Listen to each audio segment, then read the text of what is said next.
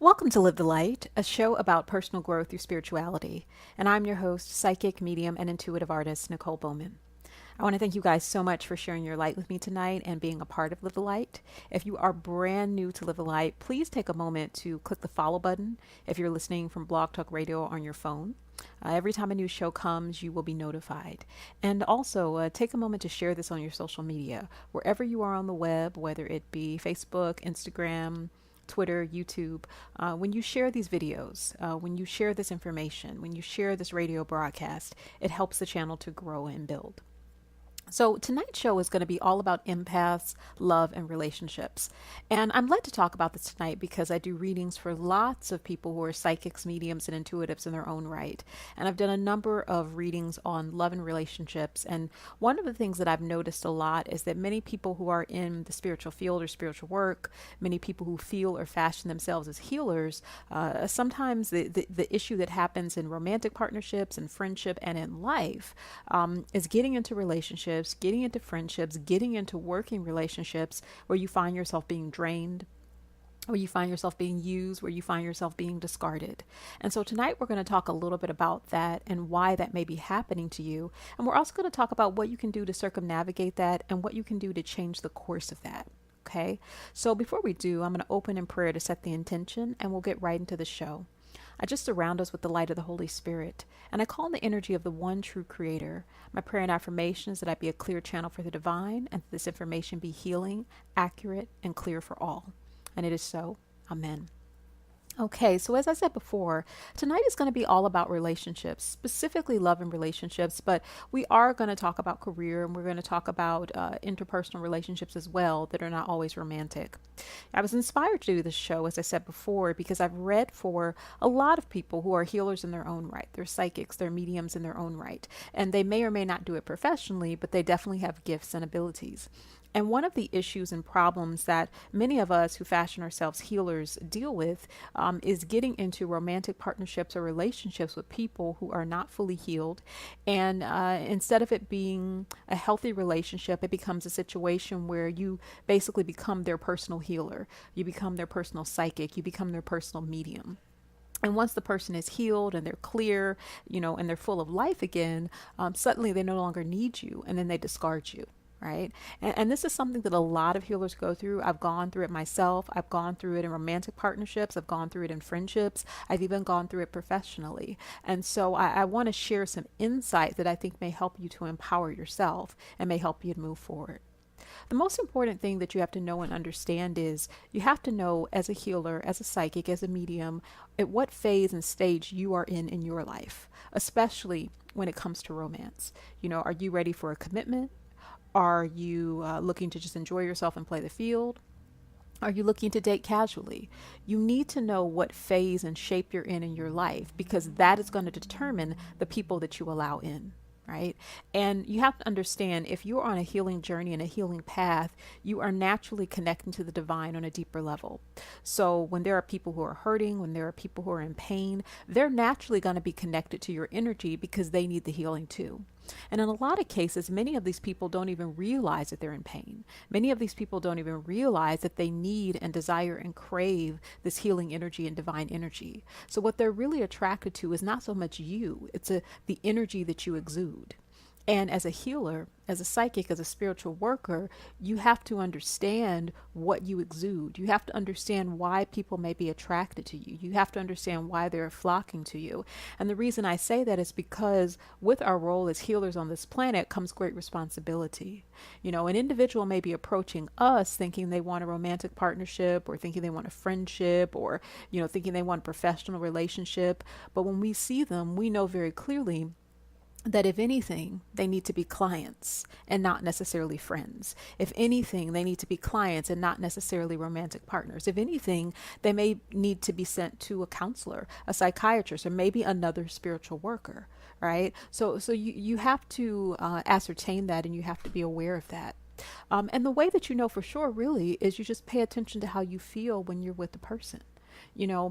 All relationships have a certain amount of give and take. There should be a certain amount of balance. I assist you, you assist me, we grow and we build together. right? And we become better people as a result of being in that relationship.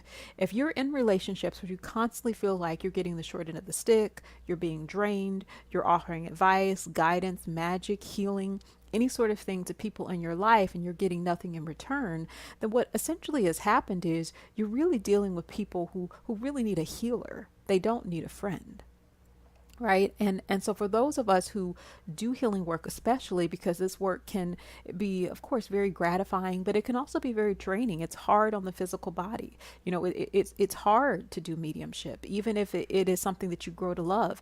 It's hard to do magic work and do this on a regular basis, because even though the divine is truly the one doing the work or doing the healing, you are the human vessel through which this flows. So if every relationship and interaction you have are people asking you for something, taking and never giving and never offering up, then you are going to spiral out of control.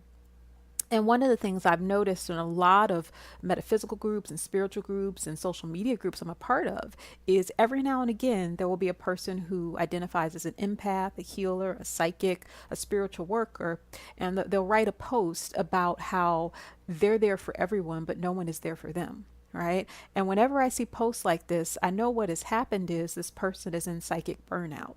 What's going on is they have a lot of people around them who do not necessarily have the energetic, spiritual, and mental capacity to be the friend or the partner that they need.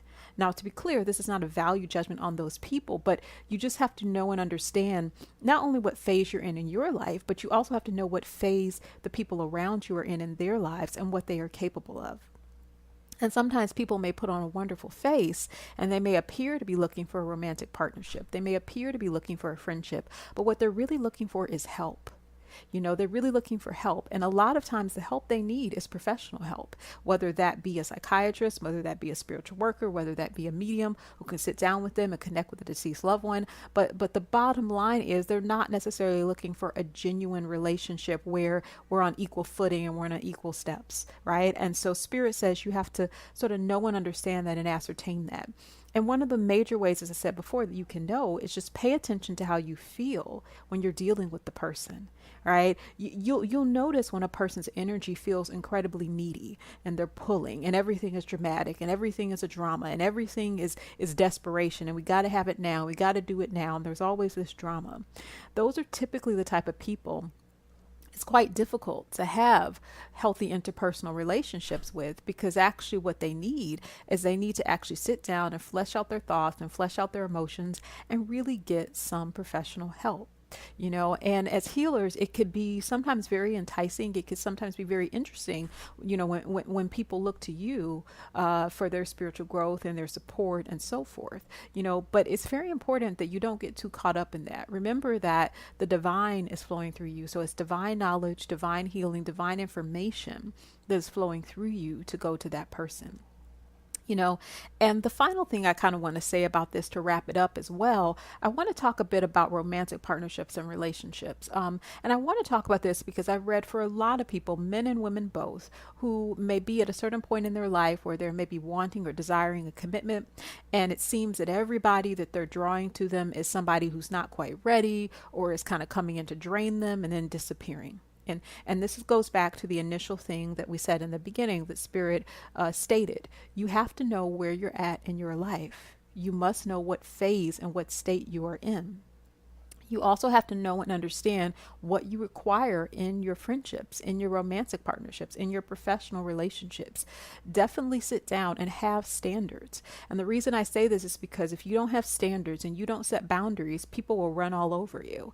I can tell you from personal experience, and this is more on the professional level, but I can tell you from personal experience of so many people over the years coming to me, wanting readings, demanding readings, and so forth, but not understanding that active participation in their healing is required, right? And so I had to understand and I had to look and say, as a spiritual worker, what are the boundaries and what are the requirements that I have to be able to best serve my clients?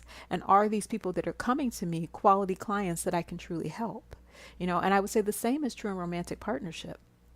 If you are looking for a commitment and a person comes to you and says they just want to see where things go, you're not compatible with that person.